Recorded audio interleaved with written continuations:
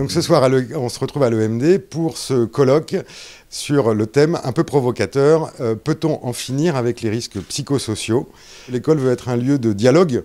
Ce colloque permet à des médecins du travail, à des dirigeants d'entreprise, à des managers de se retrouver, d'échanger, peut-être d'essayer de se rendre compte il faut qu'ils trouvent un langage commun aussi pour aborder ces questions qui leur tiennent à cœur. Voilà, on est très heureux des débats qui vont avoir lieu, qui vont être évidemment passionnants. On est heureux aussi que nos étudiants aient l'occasion ensuite de rencontrer tous ces intervenants.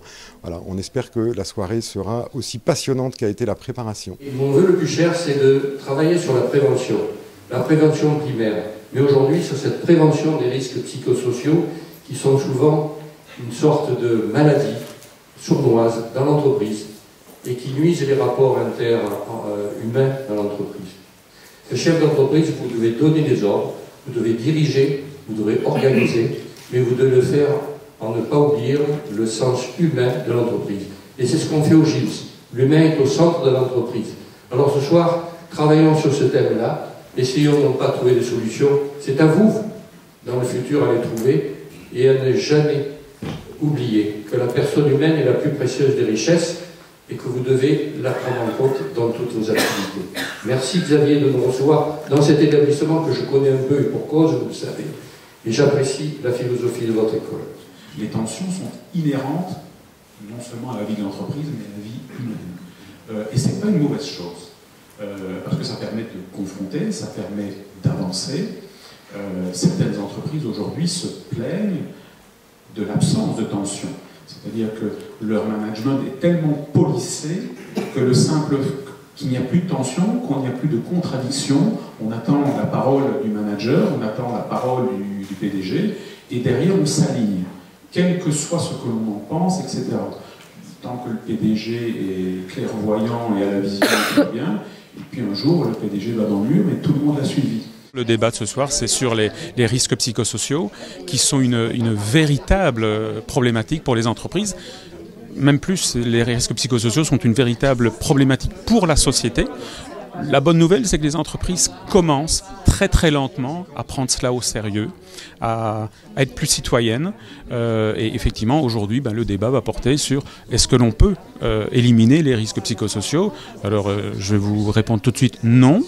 Puisque le seul moyen d'éliminer un risque, c'est d'éliminer la source du risque. La source du risque psychosocial, c'est soit l'être humain, soit le travail. Et on ne peut éliminer, heureusement, ni l'un ni l'autre. Par contre, on peut mettre en place des politiques et surtout des cultures d'entreprise qui peuvent effectivement permettre non seulement de minimiser ce risque, mais également de le traiter avant que les dégâts ne soient irréversibles. Le CJD, c'est le Centre des jeunes dirigeants. C'est un mouvement qui a 80 ans cette année, et qui regroupe 5000 dirigeants, dirigeants d'entreprise et dirigeants salariés en France et dans une quinzaine de pays. L'objectif, en fait, c'est, pour résumer le CJD, c'est mettre l'économie au service de l'homme. Donc ça fait un petit peu le lien avec le débat de ce soir, puisqu'on se pose la question est-ce qu'on peut mettre fin aux risques psychosociaux. Donc nous on essaye d'être positif dans le sens où tous les membres du CJD ont cette fibre, c'est-à-dire que le profit économique n'a finalement d'intérêt que s'il profite à l'ensemble des parties prenantes, les salariés en particulier, et en créant, je dirais, le moins de souffrance, si on prend cette formule, et le moins de risques psychosociaux. Donc voilà pourquoi on a souhaité aussi, à l'initiative de l'EMD, être partenaire de ce colloque, puisque c'est un sujet qui nous anime et qui nous interpelle à Marseille et dans l'ensemble des sections du CJD en France. Ce terme de qualité de vie au travail a véhiculé chez certaines entreprises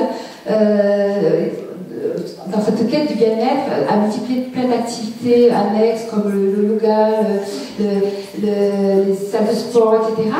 Mais c'est très bien, hein, si on nous offre formidable, je dis oui. Mais en même temps, elles ont fait un peu oublier de parler de l'essentiel, c'est-à-dire l'activité professionnelle, c'est-à-dire du travail. Voilà. Et donc, c'est là où, dans la prévention, en fait, on ne peut pas imaginer du bien-être sans sans que dans l'activité principale, qui est le travail, c'est-à-dire dans le sens qu'on peut donner au travail, dans les liens de solidarité qu'on peut établir avec ses collègues de travail, que aussi dans les conditions de travail adéquates qui permettent de rester professionnel et de pouvoir faire un travail de qualité, et aussi d'avoir la capacité ou le pouvoir d'agir sur ce qu'on vit et sur ce qu'on produit. J'ai beaucoup l'idée qu'il y a toujours une dualité dans la fonction de l'autorité.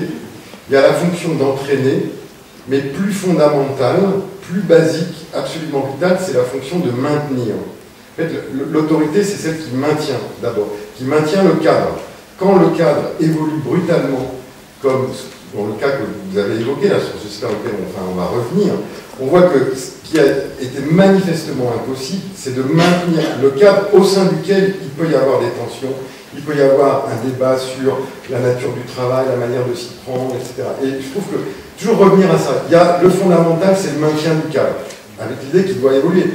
Mais dans une époque où on n'arrête pas de nous bassiner avec le changement, la résistance au changement, le monde en constante évolution et tout ça, c'est bien de rappeler que l'autorité a d'abord la responsabilité de maintenir et ensuite d'entraîner, donc aussi de décider. Et je trouve que votre cas permet de réfléchir pas mal sur ça, en fait, sur cette dualité de responsabilité. Il faut trancher, et pour pouvoir trancher, il faut d'abord avoir maintenu le cadre au sein duquel on se sent suffisamment en sécurité pour pouvoir être en désaccord. J'ai liquidé ma société avant de rentrer dans l'association 60 000 euros dont je vais vous parler. J'étais en pleine déprime, j'étais véritablement à l'état de flaque, quoi, hein. On peut l'imaginer comme ça, très franchement. J'ai fait 2 burn-out, j'ai terminé aux urgences psychiatriques. Donc c'est quelque chose d'assez violent. Et à un moment donné, un de mes fils, qui en avait marre, parce que je devenais pénible à la maison, évidemment, me dit: écoute papa, t'as fait game over à niveau 12. D'accord? Parce que la société avait 12 ans, il dit à côté, t'as l'auto-play again, t'appuies dessus et tu repars bosser. Voilà. Et je dirais que les jeunes comprennent ça dans la culture. Un échec, c'est un échec, on perd tout, mais on perd quoi? C'est comme tomber d'un vélo, on remonte dessus, on repart. Hein. Donc le stress, l'état psychologique est lié à 2 choses. D'une part, lié à la peur de l'échec. N'en ayez pas peur. Il y en a parmi vous qui seront managers, il y en a qui seront entrepreneurs. Ceux qui souhaitent entreprendre, entreprenez. Vous allez perdre quoi? L'équivalent d'un SUV que vous aurez acheté de toute façon si vous prenez si vous rentrez dans une grosse société. Donc je dirais la peur de l'échec, enlevez-le, ça enlève le risque psychologique. Voilà. Ensuite, il y a la perte réellement. Bon, on perd tout. Voilà. Mais on ne perd que de l'argent. Hein, globalement, on perd son entreprise, on ne perd que de l'argent qu'on a acquis. C'est l'ensemble comme tu le disais, de la richesse de ce dont on s'est nourri, et on apprend de toute façon que dans les échecs. Pour parler de 60 000 rebonds, je vais juste donner quelques chiffres. En France, lorsqu'un entrepreneur tombe, il met 8 ans à redémarrer. 8 ans, c'est énorme. En Allemagne, c'est 5 ans. En Angleterre, c'est 3 ans. Aux États-Unis, c'est 2 ans. Donc, ce n'est pas l'échec en tant que tel qui est douloureux, même si on le vit dans sa chair, hein, et on a échangé là-dessus, Sylvie. Ce qui est important, c'est qu'est-ce que j'en fais. Voilà. Donc, 60 000 rebonds, je suis rentré dedans. Moins de 2 ans après, j'ai recréé une entreprise. Et vous avez vu, je vous ai expliqué par où je suis passé, ça a été quand même assez... partir en burn-out par terre aux urgences, c'est quand même assez chaud et ça fait peur à la famille.